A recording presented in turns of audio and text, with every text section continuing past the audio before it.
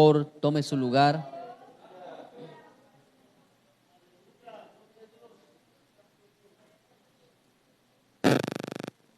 Vamos en esta hora a hablar, hermanos, acerca de las funciones principales que cumple el Espíritu Santo en la iglesia del Señor. A veces cuando presentamos al Espíritu Santo, muchas veces lo presentamos como la tercera persona de la Trinidad, y de verdad que lo es. Él es la tercera persona de la Trinidad, Padre, Hijo y Espíritu Santo. Pero a veces desconocemos la manera en que Jesús presentó al Espíritu Santo a su iglesia. No es la misma acción del Espíritu Santo en el Antiguo Testamento que en el Nuevo Testamento. La acción del Espíritu Santo en el Antiguo Testamento se presentó de forma ocasional, de forma circunstancial.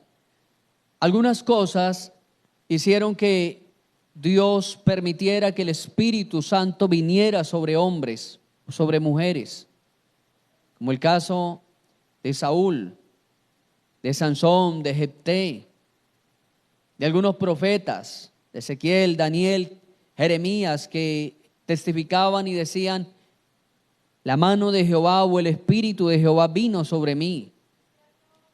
Pero esto pasaba de forma circunstancial. Los hombres de la antigüedad se sostenían más por el temor a Dios que por la presencia y la permanencia del Espíritu Santo en ellos. Por eso cuando usted estudia el Antiguo Testamento, usted se queda asombrado y dice: pero Dios mío, ¿cómo este hombre que era de Dios o que llegó a ser un hombre de Dios cometió tantos errores, cometió tantas cosas malas? Los antiguos dependían del temor que había en el corazón de ellos hacia Dios. Y de verdad qué valientes eran, hermano, porque no tenían la permanencia del Espíritu Santo como la iglesia después de Pentecostés. Uno de los grandes regalos que nos trae la gracia, la transición de la ley a la gracia, es precisamente la permanencia del Espíritu Santo en la iglesia. Permanece ahora el Espíritu Santo en cada vida. Y esa es la diferencia. Que el Espíritu Santo entró a nosotros. Pablo dice que desde el día que nos arrepentimos, llegó el Espíritu Santo. Pero me llama la atención es cómo lo presenta Jesús, cómo presenta el Espíritu Santo a nosotros la iglesia. Él lo presentó como el Consolador. Así abiertamente lo dice. En el idioma griego en que fue escrito el Nuevo Testamento, Jesús lo presentó: cuando venga a vosotros el Paracletos de Dios. La palabra Paracletos significa alguien que consuela o alguien que sostiene por detrás, o sea, alguien que no deja caer a otro. Alguien que lo sostiene cuando está débil. Así como cuando una persona siente que hay alguien que se va a caer y le echa mano, lo sostiene, está haciendo el servicio de paracleto, sosteniendo al débil. Jesús dijo y presentó, cuando nos presenta al Espíritu, lo presentó de esa manera: vendrán sobre vosotros el Paracletos, el que los consuela. Uno que los va a sostener en sus debilidades. De esa manera lo presentó Cristo a nosotros. ¿Cuántos se gozan por esa presentación maravillosa? Pudo haberlo presentado: cuando venga sobre vosotros el Espíritu que sostuvo a Elías, que ungió a Elías, que ungió a Ezequiel, a Daniel. No lo presentó como el Espíritu de milagros, ni como el Espíritu de sanidades. Y bien que Él opera en todo esto, Él opera en todo esto. Y ya vamos a hablar de la operación del Espíritu Santo en la actividad de la iglesia. Pero la principal facultad del Espíritu Santo en la iglesia es sostenernos en nuestras debilidades, consolarnos en nuestras tristezas, ayudarnos en nuestras soledades. Y es ahí donde viene la importancia de tener comunión con el Espíritu Santo.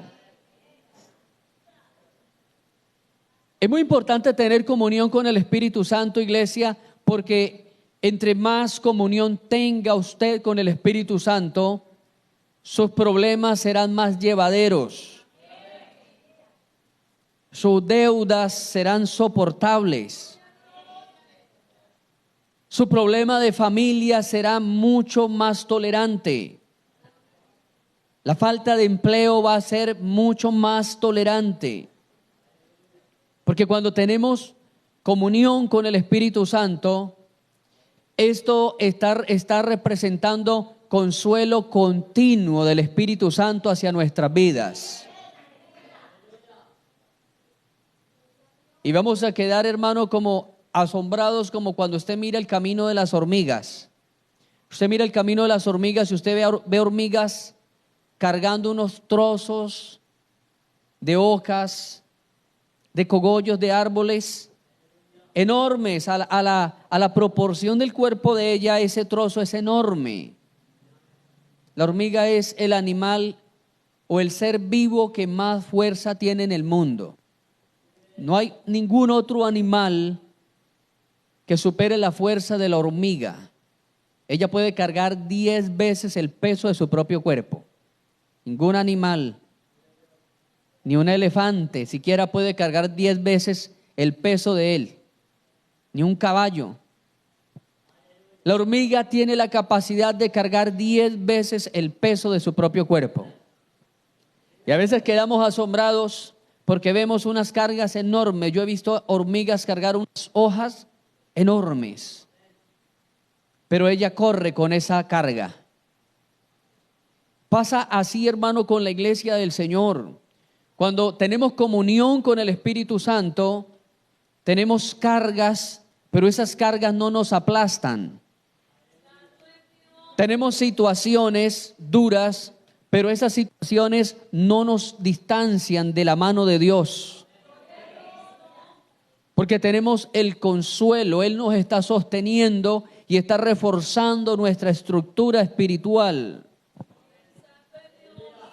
Al contrario, que usted comienza a perder comunión con el Espíritu, y usted como cristiano pierde comunión con el Espíritu, y no necesita una carga enorme para que lo aplaste.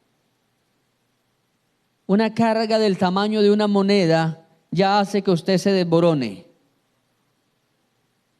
Hermanos, esa fue la diferencia que marcó la guerra en los días de Saúl y David. Esa fue la diferencia. Porque si usted se acuerda, la Biblia dice que Saúl había sido desobediente al mandato de Dios. Dice la Biblia que Saúl llevaba 3 años en el reinado cuando Dios lo desechó y el Espíritu de Dios se apartó de Saúl. Claramente dice la Biblia que el Espíritu Santo, el Espíritu de Dios se apartó de él, y luego lo visitaba un demonio que lo volvía esquizofrénico, que lo hacía perder sus cabales, que le hacía transformar su rostro. Y cuando llegó la batalla del valle de Ela, dice la Biblia que salió aquel grandulón llamado Goliat. Y pasaron 40 días y 40 noches cuando llegó David al valle de Ela a llevarle comida a sus hermanos y a darse cuenta del estado de la guerra. Pues ahí es donde se va a notar la diferencia.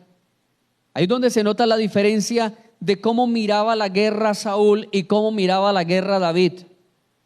Saúl era un rey desechado por Dios. Dice la Biblia que el Espíritu de Dios se había apartado de él. Pero David era el dulce cantor de Israel. David era un jovencito que tenía permanencia de comunión con el Espíritu Santo. Y quiero decirles, hermanos, que la guerra estaba totalmente inerte. Pero lo que hacía mirar la guerra de forma proporcional o desproporcional era la comunión que cada uno de esos dos hombres tenían. Saúl estaba viendo a Goliat como un gigante, pero David dijo: ¿quién es ese hombre? Uno dijo: él es un gigante experimentado en guerra, es un paladín. Y a los hombres que se le llamaban paladín en el Antiguo Testamento eran aquellos que vencían, que tenían al menos unas 15 peleas cuerpo a cuerpo y ganaban. O sea, mínimo, había peleado como mínimo contra 15 hombres y había sido ganador. A eso le llamaban paladín. Y Saúl le dice a David: él es un paladín, él es un tremendo, un duro para la guerra. Pero luego la Biblia dice que David dijo: ¿quién es ese hombre incircunciso? No sé si me estoy haciendo entender aquí, hermano. Era el mismo valle, eran los mismos ejércitos, los mismos soldados. Era el mismo hombre que los desafiaba. Pero Saúl, que había perdido comunión con el Espíritu Santo, lo veía como un gigante, lo veía como un hombre muy experimentado en guerra. Pero David, que tenía la comunión con Dios, David estaba viendo a ese guerrero, lo estaba viendo como un hombre común y corriente. ¿Quién es ese hombre que está incitando a los escuadrones del Dios de Israel? Todo tiene que ver con cuánta cercanía tenga usted con el Espíritu Santo. Tal vez usted esté viendo su problema como algo inmenso, enorme, como algo que no tiene salida, que no tiene solución, como algo que ya es un caso perdido. Pero miremos es cuánta comunión tiene usted con el Espíritu Santo de Dios.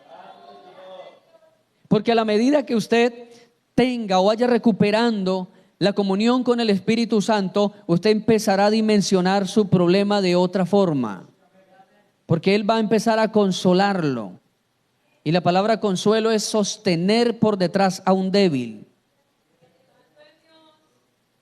De manera que el diablo es el mismo, los demonios, las tentaciones son las mismas. Pero cada cristiano está viendo esas cosas que son las mismas, que son inertes, las está viendo grandes o chicas, dependiendo cuán cerca esté usted al Espíritu Santo.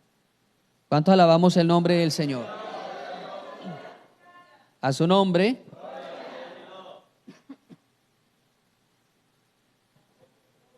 A veces, hermanos,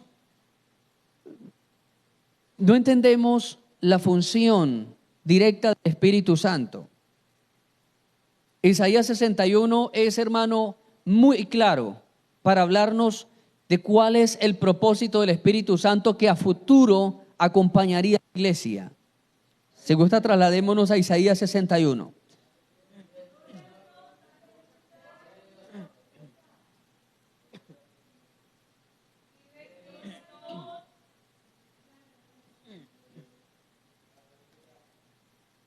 Dice Isaías 61, el Espíritu de Jehová el Señor está sobre mí,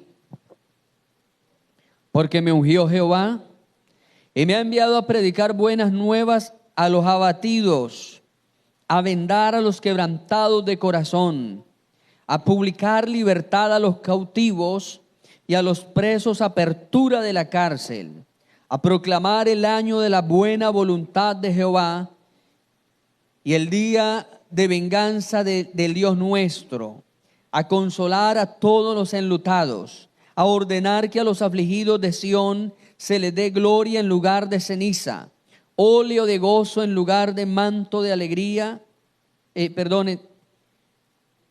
óleo de gozo en lugar de luto, manto de alegría en lugar de espíritu angustiado. Serán llamados árboles de justicia, plantío de Jehová, para gloria suya. Amén y amén y amén. Isaías nos revela claramente cuál es el propósito del Espíritu Santo en la iglesia. A veces nos quedamos solamente disfrutando su visitación, disfrutamos, qué rico, qué bueno. Pegamos una subidita al cielo, dijo un hermano una vez. Pastor, estuvo tan bueno que me pegué una subidita al cielo. Si a veces pegamos una subidita al cielo y nos vamos livianos para la casa, pero de ahí salimos para el trabajo y a la semana siguiente otra vez a la iglesia. El propósito del Espíritu Santo no es que la iglesia quede disfrutando su visitación o su toque. El propósito del Espíritu Santo es que disfrutemos, pero que a la vez compartamos, proclamemos, sirvamos. Para eso, dice Isaías, que el Espíritu de Dios vino sobre mí y me mandó, me ungió y me mandó a llevar un mensaje a todos los que están pasando por momentos difíciles. Habla de enlutados, de endeudados, de presos, de cautivos, de huérfanos, de todas aquellas personas que están sufrientes. ¿Para qué el Espíritu Santo nos visita a nosotros? Para que nosotros llevemos también ese gozo que recibimos, le llevemos ese gozo a los que están pasando por tribulaciones. ¿Cuántos alaban el nombre del Señor? Es profético, hermano. El Espíritu de Dios vino sobre mí y me envió. Nos habla del ministerio de Cristo. ¿Sabían ustedes que cuando Jesús entró a una sinagoga y le permitieron leer la ley, le permitieron leer la palabra de Dios, porque no se le permitía a cualquier persona leer en la sinagoga? Pero Jesús sabía leer, amado hermano. Jesús sabía leer. Porque Jesús no venía de una élite de extrema baja. Jesús venía de la clase intermedia. No era de clase rica, pero Jesús tampoco era de una familia pobre, hermano. Jesús venía de la familia de artesanos. Los artesanos, los carpinteros, entraban en el rango de artesanos y comerciantes. Total que Jesús era hijo de alguien que había podido enviarlo a estudiar. Y entonces la Escritura dice que le dieron la autorización a Jesús de leer el rollo, y Jesucristo se paró al frente de todos y tomó uno de los rollos, porque la Biblia se componía de muchos rollos. Tal vez sin pensarlo sacó un rollo, y dice la Biblia que cuando abrió el rollo contenía el escrito de Isaías 61. Y él tomó el rollo y lo leyó delante de todos. Y cuando él está leyendo el rollo delante de todos, dice que ahí vino la confirmación de Dios: es hora de que tú abras tu ministerio. Jesús conoció que el ministerio de él tenía que comenzar a los 30 años. Un día que él fue al templo, leyó el rollo, y el rollo era el profeta Isaías capítulo 61. ¿Cuándo se cumplió a cabalidad esto? ¿Cuándo se cumplió? El día que Jesús fue al río Jordán y bajó a las aguas bautismales donde estaba Juan el Bautista.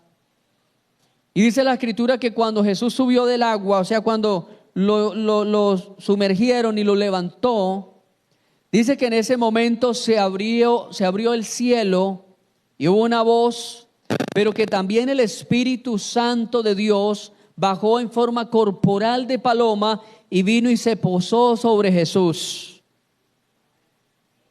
Quiero decirle, hermano, que aún Jesús, el mismo Hijo de Dios, no empezó la labor sin que antes viniera sobre él el Espíritu Santo de Dios. Se cumplió lo que Isaías dijo: el Espíritu de Dios vino sobre mí. El día que Jesús comenzó el ministerio, ese día fue cuando la paloma, cuando el Espíritu Santo vino en forma de paloma sobre él. Y ese día empezó Jesús también a hacer discípulos. ¿Cuántos alabamos el nombre del Señor? Hermano, es importante que venga el Espíritu sobre nuestras vidas. Es importantísimo tener la cercanía del Espíritu en nosotros. Si algo seguía a Cristo, era precisamente el Espíritu Santo. Y tenía comunión y alimentaba la comunión. Marcos 1:35 dice que el Señor se iba de mañana, muy de mañana, estando oscuro, subía a un lugar desierto y allí oraba. Él alimentaba la comunión con el Espíritu Santo en las oraciones de madrugada. Lucas capítulo 4, versículo 14, nos dice que Jesús predicaba en el poder del Espíritu Santo.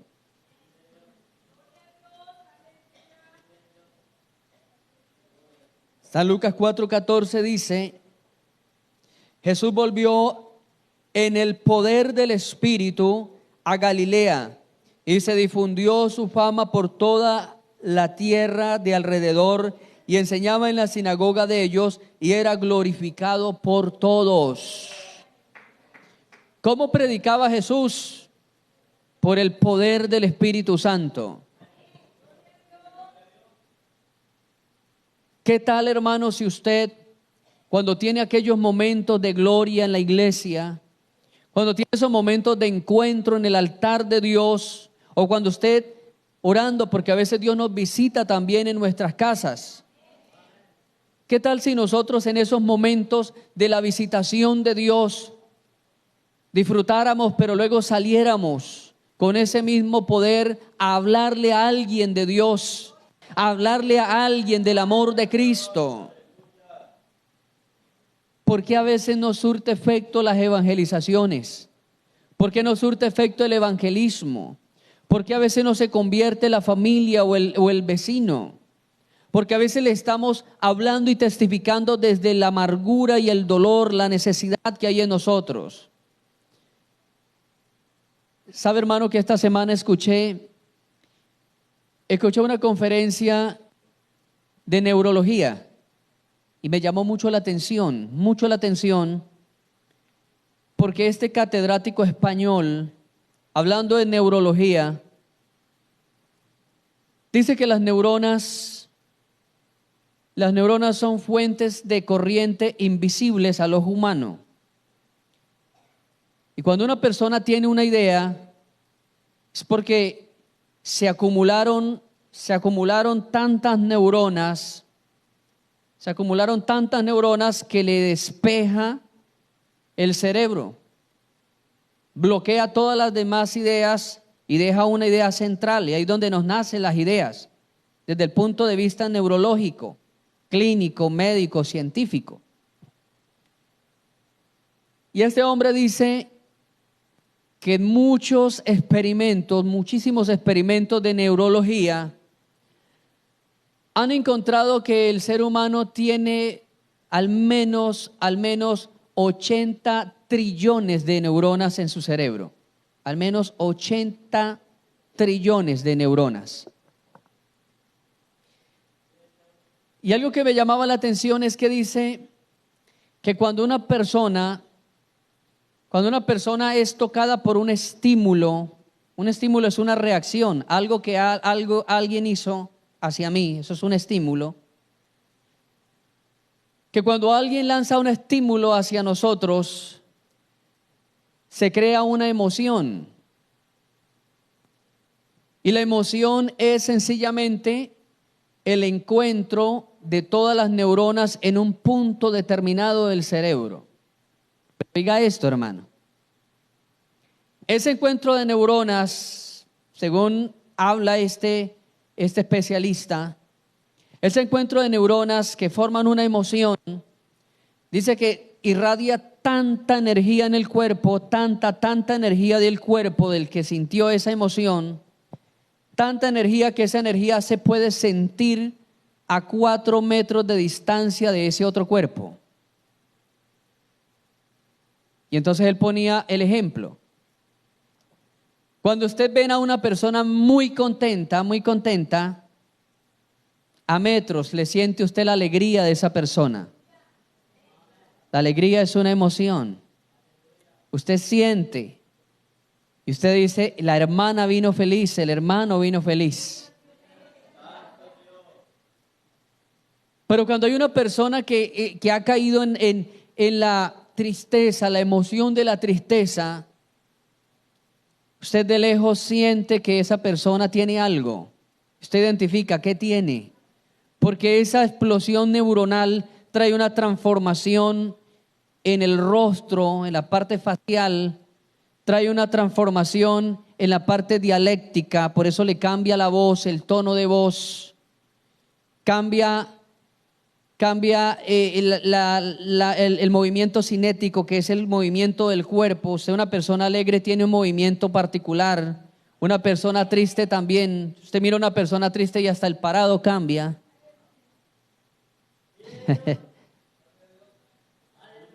Los científicos han descubierto que el choque hormonal, el choque neuronal es tan fuerte que se llega a sentir hasta a 4 metros de distancia de la persona que tiene esa emoción. Y la pregunta era, hermano, ¿por qué a veces no surten efecto los evangelismos? ¿Por qué no surten efecto las campañas en los semáforos, en las calles?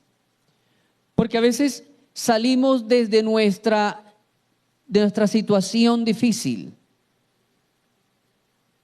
A veces salimos hasta peleados de la casa, salimos discutiendo. Lo que vamos a irradiar a esa persona que nos recibe el tratado o que nos escucha por un momento, lo que vamos a irradiarle a él es el vacío que llevamos también. El vacío, el frío que hay dentro internamente. Dice la Biblia que Jesucristo comenzó a predicar en las aldeas de Israel y dice que predicaba en el poder del Espíritu Santo. En el poder del Espíritu Santo. ¿Cuántos alabamos el nombre de Dios? El versículo 4:1, el capítulo 4, versículo 1 de Lucas, dice: Jesús, ¿lleno de quién? Siendo el Hijo de Dios, necesitaba ser lleno del Espíritu Santo. Siendo el Hijo de Dios, ¿cuánto más nosotros, la iglesia de Cristo? ¿Cuánto más la iglesia de Cristo? ¿Cuántos creen que necesitamos ser llenos del Espíritu Santo? Jesús, lleno del Espíritu Santo, ¿qué pasó? Volvió del Jordán, y me llama la atención esto que sigue, hermano. Y fue llevado ¿por quién? Fue llevado por el Espíritu de Dios. ¿A dónde? ¿Para qué lo llevó? Dice, estuvo por 40 días y era ¿qué? Tentado por el diablo. Ahora usted me va a preguntar, pastor, ¿y es que los que están llenos del Espíritu Santo también son tentados? Pues le digo que sí, hermano. Jesús estaba lleno del Espíritu Santo, pero eso no reprimió que el diablo quisiera tentarlo. Eso no reprimió que Satanás quisiera hacerle tropezar también. ¿Cuál es la diferencia, hermano? ¿Cuál es la diferencia? Los que conocen de vehículos, que manejan, que conducen y tienen vehículos o han manejado alguna vez los vehículos, saben que un carro sencillo y un carro con doble, ambos transportan cosas o personas, andan, desarrollan velocidad, pero ¿dónde se ve la diferencia del vehículo sencillo al doble? Cuando llegan a un lodo muy profundo, a un barro, a una parte muy lisa, ahí es donde se ve cómo sale de fácil el que tiene la doble, porque de inmediato que hacen la transición de sencillo a doble, sus 4 llantas quedan tirando hacia adelante. El sencillo puede que salga, pero hay que hacerle muchas maniobras y agregarle algunas cosas en el piso, tal vez empujarlo mucho más. Pasa, hermano, algo similar con el cristiano. Cuando tenemos la llenura del Espíritu Santo, el diablo no nos va a enredar en cualquier lodazal de este mundo, hermano. pasamos rápidamente al otro lado. Viene la tentación, viene la prueba, viene el momento difícil, pero podemos pasar al otro lado rápido, victoriosos. A su nombre. Un hombre lleno del Espíritu Santo como Cristo fue tentado por Satanás. Satanás no respeta si el cristiano está vacío o lleno del Espíritu Santo. Él no respeta a ninguno.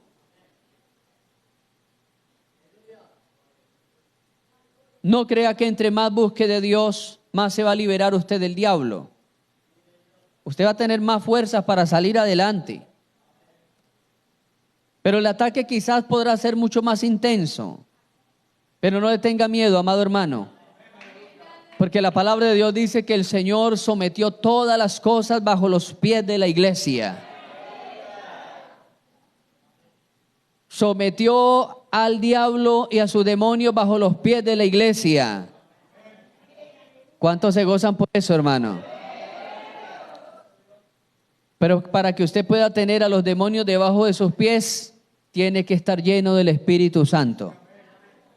Tiene que tener la llenura del Espíritu Santo. No le vaya a pasar como un amigo en una de las iglesias donde yo estuve. Fue a reprenderle los demonios a una señora que se había endemoniado, una señora poseída. Y se fue, todos los hermanos estaban orando a la distancia, pero él se fue a ponerle las manos. Y cuando él le pone las manos, era un señor creyente. Tenía una bicicleta y él siempre se movilizaba en la bicicleta y cargaba la bomba esta de echarle aire a la llanta, la cargaba en la pretina del pantalón. Y cuando él se acerca y le pone la mano a la endemoniada, empieza a reprender al demonio, la endemoniada le quitó la bomba y se la partió en la cabeza. Salió ese hombre encogido por allá a sobarse el chichote, hermano, debajo de un árbol de café. Y no se volvió a acercar a reprender el demonio. Cristo dice en la Escritura que andaba en el poder del Espíritu Santo, que predicaba en el poder del Espíritu Santo. Hechos capítulo 1, versículo 8 dice: pero recibiréis poder cuando haya venido sobre vosotros, ¿quién, hermanos? Hechos 1, 8.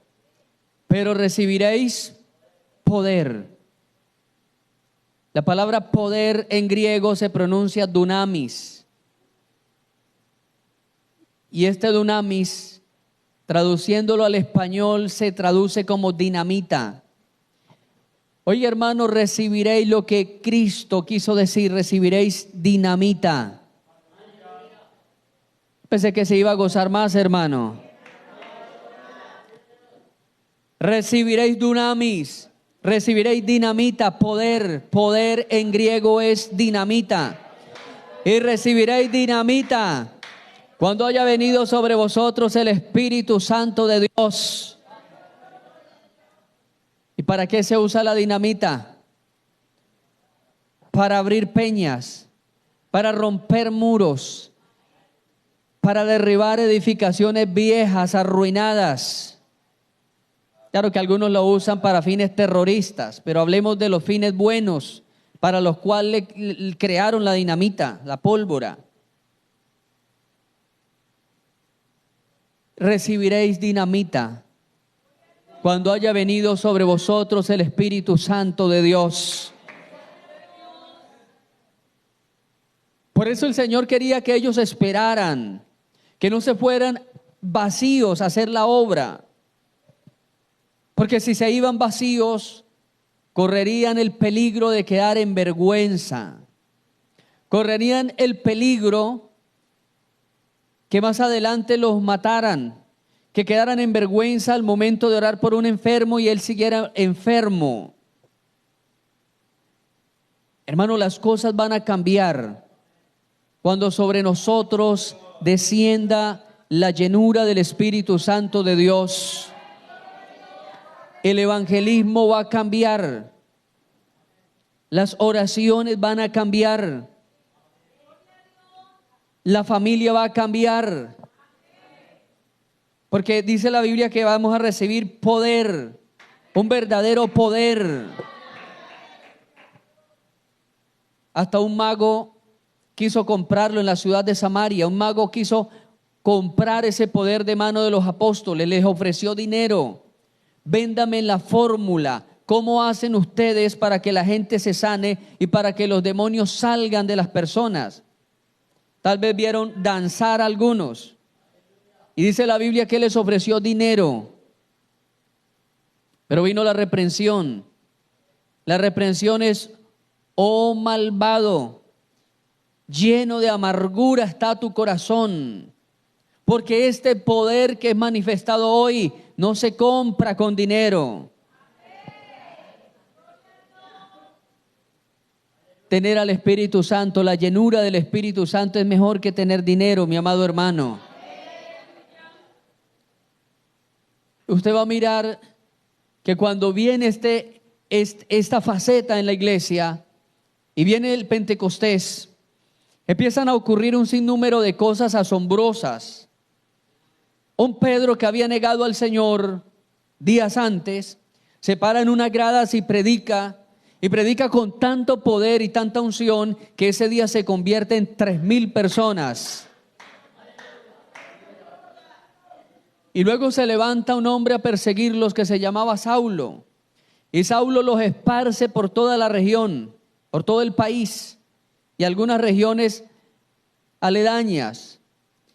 Y luego dice la Escritura que se levantó un Felipe, que era evangelista, y estaba tan lleno del poder de Dios, que el Señor tomaba el cuerpo de Felipe y lo enviaba a otra región, transponía ese cuerpo, lo trasladaba de forma invisible e instantánea de un lugar a otro.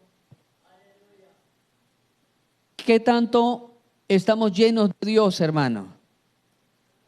Llegar Dios a trasladar un cuerpo material. Llegar a ocurrir eso. Solo pasó con Elías y con Felipe.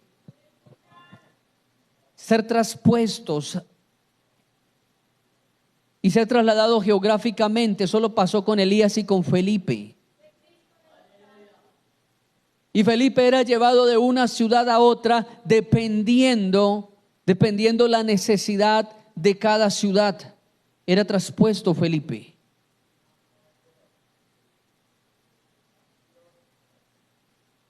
¿Qué tal, hermano, que un día de estos, en un momento de bendición en el altar, en un momento de bendición en este templo, usted viniera a aparecer en La Guajira? ¿Sí? Usted apareciera en La Guajira y el Señor le utilizara para dar ese mensaje propicio allá a un hombre, porque en ocasiones lo trasladaba solo para salvar a un hombre. Dios lo trasladó a él a una ciudad para salvar a toda una ciudad, pero también lo trasladó para salvar a un eunuco que iba transitando por una vía pública. Si usted estuviera aquí en una dominical alabando y bendiciendo a Dios, cuando de pronto usted ya no escuchara la batería y el piano y abriera los ojos y usted apareciera en Manaure, Guajira, diría usted: qué miedo.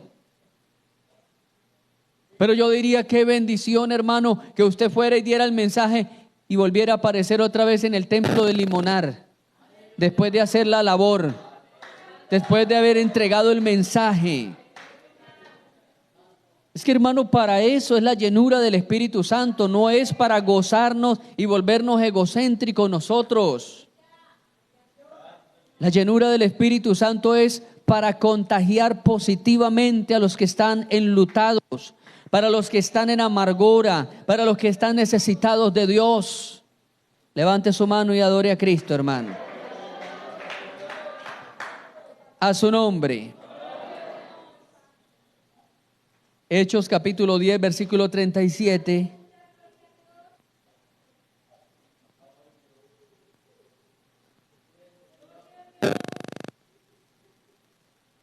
Dice la palabra del Señor en Hechos 10:37.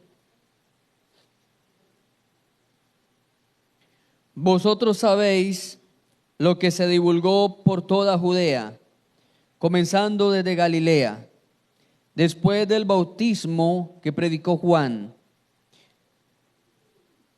como Dios ungió con el Espíritu Santo y con poder a Jesús de Nazaret, y cómo éste anduvo haciendo bienes y sanando a todos los oprimidos por el diablo, porque Dios estaba ¿con quién? Porque Dios estaba con él. Pedro, testificando, dice que Jesús hizo todo aquello porque estaba lleno del poder del Espíritu Santo. Y dice que el propósito de Cristo fue sanar a todos los oprimidos por el diablo. Ahora, hermano, ¿qué es lo que Dios está deseando con nosotros, la iglesia? Que nosotros sirvamos para libertar a los oprimidos por el diablo. Parece que no hemos entendido ese propósito. Parece que pasamos por el lado de los oprimidos y a veces los oprimimos más porque ni siquiera los saludamos. Y los acabamos de atar más todavía. Porque con nuestras palabras los atamos. Cuando estamos hablando despropósito de los borrachos, cuando a veces le decimos y usamos una palabra que es bastante grosera y del vulgo, maleado ese. No deberíamos utilizar esa palabra porque es una palabra del vulgo, es una palabra grosera.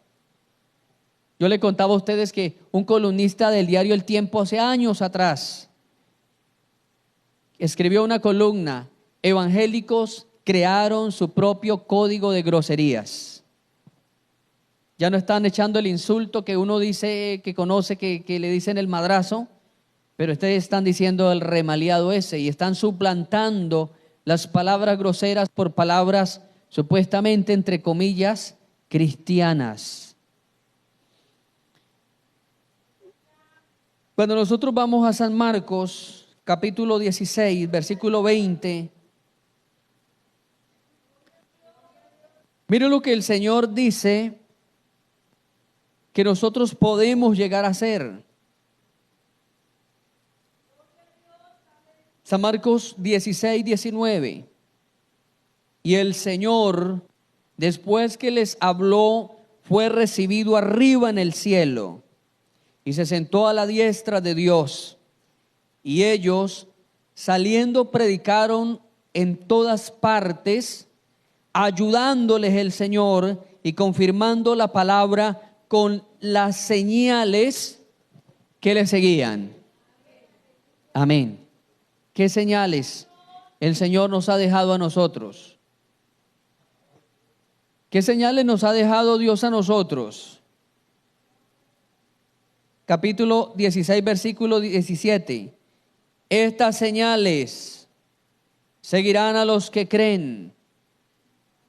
El versículo 20 dice que las señales que Jesús les había dicho se estaban manifestando en ellos. Estas señales seguirán a los que creen en mi nombre. ¿Cuántos creen en el nombre de Cristo? En ese nombre, oiga hermano, en ese nombre que usted ha creído, en ese nombre echarán fuera demonios. Por favor, hermano, si aparece un endemoniado, no sea usted el primero que salga corriendo. Porque aquí se está cumpliendo, como dice, la psicología inversa. Aparece un endemoniado y el que sale fuera no es el demonio, sino la iglesia. Y queda el pastor con 4 orando. Sí, ha pasado mucho. En una de las iglesias donde estuvimos, mi esposa cuenta la experiencia de de 2 mujeres que fueron poseídas. Y muchos salieron corriendo y un adolescente se orinó del susto. Algunos se descompensan la presión arterial. Yo vi una hermana que le tocó luego ir a hacer un agua de canela y panela quemada porque se le descompensó la presión del susto porque se manifestó un demonio en la iglesia. Está pasando la psicología inversa, hermano. Si la Biblia dice que en el nombre de Él echaremos fuera a los demonios. Son los demonios los que tienen que correr, no la iglesia, no el pueblo. Pastor, yo no sirvo para eso. Yo no sirvo para echar fuera demonios. Me da miedo, me da temor, sueño, tengo pesadillas. Pero a eso fuimos llamados, hermano. Fuimos llamados a reprender los demonios. Claro que algunos predican hoy día que el diablo se murió. Sí, por ahí vimos, un pastor me envió un video de un pastor en otro país, tal parece ser como dominicano, como republicano, no sé. Y está predicando que el diablo se murió. Que el diablo se murió y que lo escuchen todas las naciones que el diablo está muerto. Es la peor mentira que alguien puede escuchar.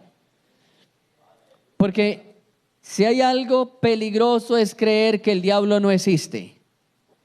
Y el diablo le está diciendo a la gente, él mismo está engañando a la gente y le está diciendo a la gente que él no existe. Porque si la gente dice que el diablo no existe, no se va a cuidar de él. Es como si alguien en la Organización Mundial de la Salud dijera, el SIDA no existe. Se acabó el SIDA. Desapareció el SIDA. ¿Qué harían los promiscuos? Correr a desordenarse más porque ya el SIDA no existe. Pero resulta que después de un tiempo, empezara a morirse una buena parte de la población mundial de SIDA. Y entonces dijeran, pero me decían que el SIDA no existía, que se había muerto.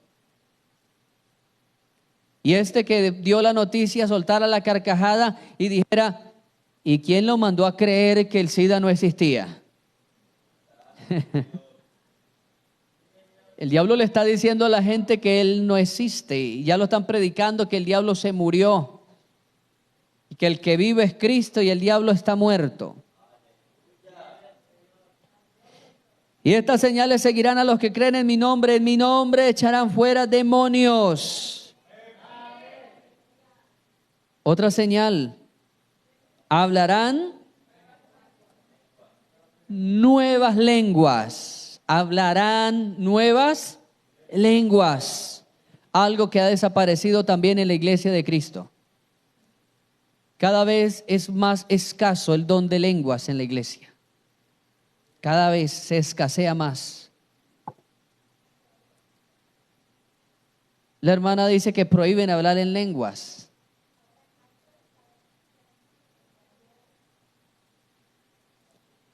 Bueno, hay predicadores que lo dicen, pero ¿qué dice la palabra? Que en su nombre, aparte de echar fuera demonios, hablarán ¿qué? Nuevas lenguas. ¿Qué de raro tiene hablar en lenguas? ¿Qué beneficio tiene hablar en lenguas, hermano? Pablo dice que el hablar en lenguas es hablar misterios para Dios. Y Pablo dice que hablar en lenguas es permitir que el espíritu de uno hable con el espíritu de Dios. Un médico italiano, a través de unas resonancias magnéticas ultrasensoriales, hizo un experimento con muchos cristianos. Y esos experimentos iban en conexión con algunos sensores al cerebro. Y él quería dictaminar qué pasa cuando alguien habla en lenguas del espíritu, ¿no? Porque hay lenguas también carnales. Hay lenguas programadas. Algunos, la Biblia dice que hablarán en nuevas lenguas, pero algunos lo único que pronuncian es hoja de rama seca.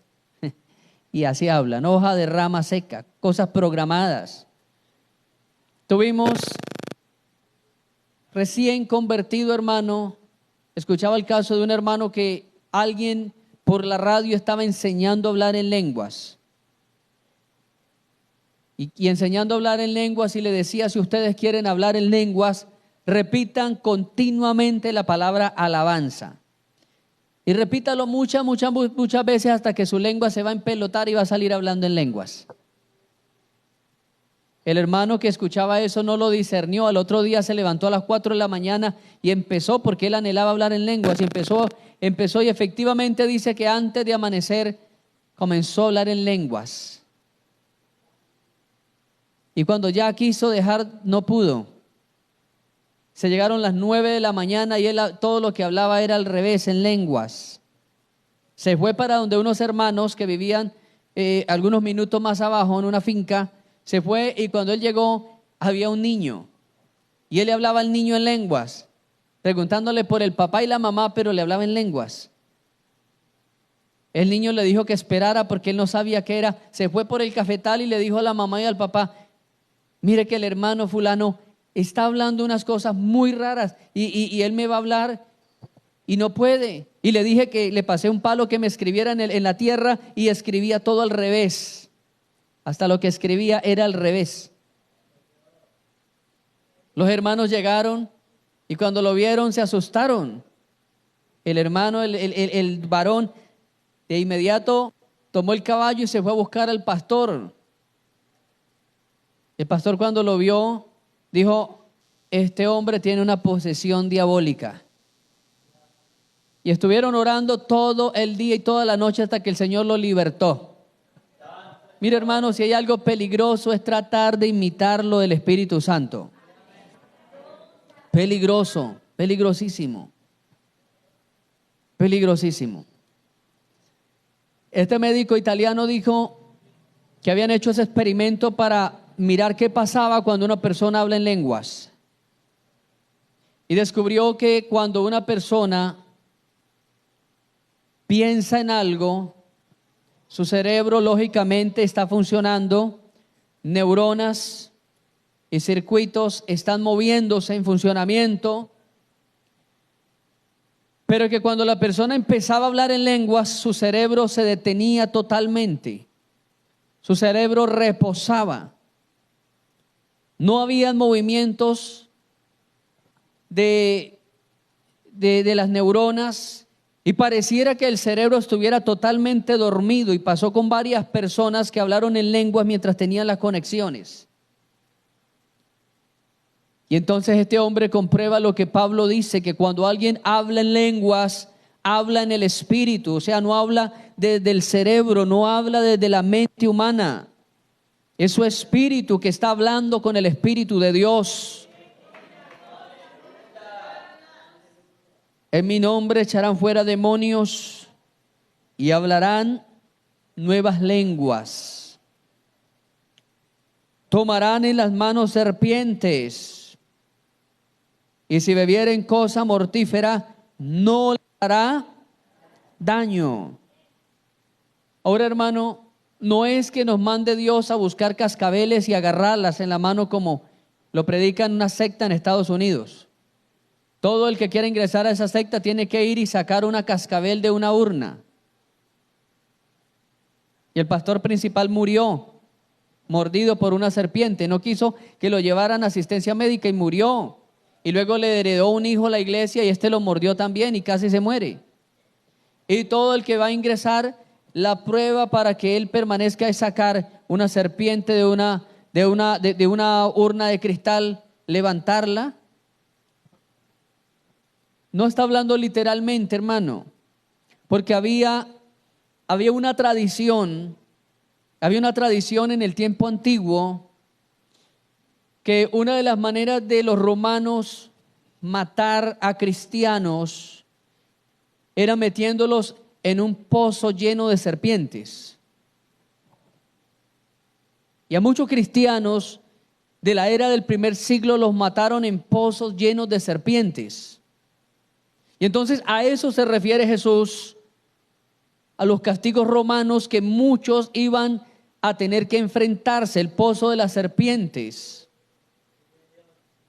Y quizás Muchos cristianos iban a empezar a coger las serpientes y correrlas para un lado, y las serpientes no le iban a hacer daño. No es que nos esté mandando literalmente a tomar las serpientes.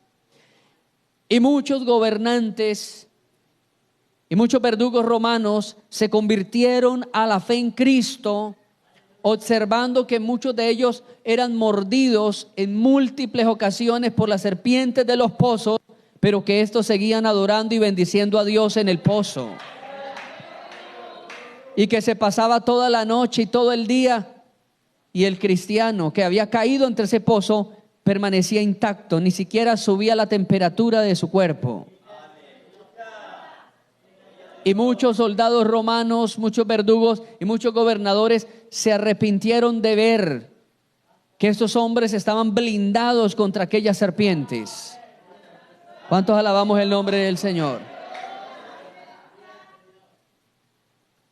Pero podremos hablarlo, hermano, contextualizarlo a nuestra época. Contextualicémoslo a la época que no hay un pozo con serpientes literales, pero que sí hay gente que quiere mordernos y acabarnos. Doctrinas que son como serpientes sigilosas, que entran, que penetran, que quieren llegar a la iglesia, que quieren llegar a los hogares para engañar, para seducir. El poder del Espíritu Santo consumirá a aquellas serpientes. Uno de los primeros misioneros que estuvo en el África,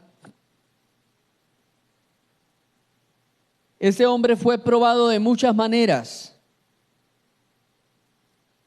Y entonces él iba para una de las regiones del África más llenas de animales ponzoñosos y venenosos. Y entonces alguien le decía, es necesario que antes de enviarlo a usted, le apliquemos muchas contras al cuerpo para que usted pueda resistir las enfermedades y las pestes africanas, las plagas de África.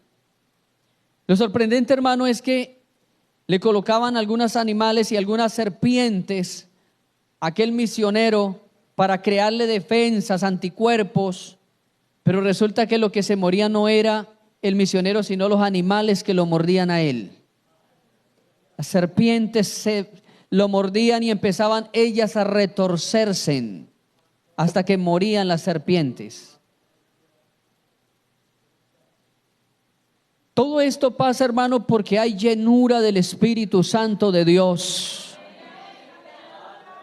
No hay vergüenza, hermano, no hay vergüenza en un cristiano que tiene la llenura del Espíritu Santo de Dios, el poder de Dios sobre él. ¿No le pasa lo de los discípulos? Que el Señor los dejó por un día solos, y cuando Jesús vino con sus otros 3 discípulos, estaban los otros 9 en vergüenza. Todo el día orando por el demonio de un niño, pero no salió. Eso que era el demonio que estaba en un niño, en un joven, en un adolescente. ¿Se imaginan si hubiese tenido que enfrentarse con la legión que había en el endemoniado de Gadara? 7,000 demonios. Fue un demonio que estaba en un adolescente que le había entrado a un niño. Y no lo pudieron echar fuera. Ahora, ¿qué hubiese sido si se hubiesen encontrado con el endemoniado gadareno que tenía más de 7,000? Es tremendo, hermano, tremendo, porque anoche hablábamos con un hermano de la proporción de demonios que pueden existir en el universo y en la tierra. Y Juan dijo que los ángeles que él llegó a ver en el cielo son millones de millones. Millones de millones. Aquí en la tierra nunca han contado algo así, ni hay nada para contar así millones de millones. Pero Juan dijo que los ángeles que él vio eran millones de millones. Y esos ángeles que Juan vio es solo una parte de 4. ¿Dónde están las otras 3 partes? La Biblia dice que el diablo las arrastró, los convenció. Isaías dice que Isaías dice que uno de los castigos para Satanás fue por sus muchas contrataciones. O sea, el diablo comenzó a contratar en el cielo. Si Juan vio millones de ángeles buenos que quedaron, que es una parte, pero el diablo arrastró 3. Y si la raza humana actualmente se bordea por 8.000 millones u 8 billones apenas, tendríamos que decir que si repartiéramos eso equitativamente, los humanos para las huestes demoníacas, tendríamos que decir que al menos tendríamos que decir que unos 3.000 demonios andarían detrás de cada uno. Si habláramos de números proporcionales, y esa es la batalla, amado hermano, y esa es la batalla que los servidores de Satanás están llenándose de esos demonios, se están llenando. Un hombre llamado Juan Pablo Martínez, quien fue servidor de las misas negras en las islas de San Andrés. Este hombre dice que especialmente los jueves entraban a la secta satánica, colocaban vasijas llenas de hielo, se subían a partes altas, cortaban sus brazos y dejaban gotear sangre sobre el hielo. Y mientras la sangre goteaba sobre el hielo, ellos iban invocando oraciones de maldición contra la iglesia, que así como la sangre se iba congelando con el hielo, que así se congelara la iglesia de Cristo en la tierra. Y todos los jueves hacían eso, el ritual de enfriamiento a las iglesias. Tal vez usted no ha explicado por qué no siente ahora la presencia de Dios como antes. ¿Por qué no ha logrado conquistar esa esfera espiritual? ¿Por qué de un momento a otro su vida decayó, va en picada? Siente que ya no puede recuperar su vida motriz, su vida espiritual, su vida de unción, de poder. Entienda, amado hermano, que esto es una guerra. Entienda que esto es una batalla. Por favor, hermano, entienda que hay una estructura infernal detrás de usted, detrás de mí. Y que la única manera de nosotros someter esa estructura del infierno bajo nuestros pies, doblegarlos y destruirlos, es a través del poder del Espíritu Santo. Por eso Jesucristo dijo: sin mí nada podéis hacer. Entendamos, hermano, entendamos que es el tiempo de levantarnos de nuestra condición. Entendamos que es tiempo de volver a conquistar al Espíritu, que es tiempo de volver a llenar nuestras vasijas, que es tiempo de volver a pedir esa llenura, que se restaure esa vasija. Tal vez usted diga: pastor, pero es que hasta la vasija ya está quebrada. Aquí están las manos del alfarero, que restaurará esa vasija. Colóquese de pie, amada iglesia. Vamos a estar de pie. Tal vez usted se ha sentido como ese vaso agrietado, ese vaso que ya no retiene el líquido de la presencia de Dios. Tal vez usted ha echado a perder ese gozo, esa paz, porque donde está el Espíritu de Dios hay libertad, y usted ya no siente libertad para cantar, para orar, no siente libertad para venir al altar, para pedir a Dios que lo ministre. Amada iglesia, entremos en este momento en una búsqueda angustiosa de su presencia. Comencemos a entrar en esa búsqueda angustiosa. Todas las búsquedas angustiosas delante de Dios han traído bienestar. Todos aquellos que empezaron en la antigüedad a buscar angustiosamente su presencia fueron cubiertos de esa presencia. Si quiere pasar aquí al altar, hágalo, amado hermano. Si quiere venir al altar y decirle: Señor, mi comunión está muy distante, mi comunión se ha perdido. Si quiere venir a este altar, renovar los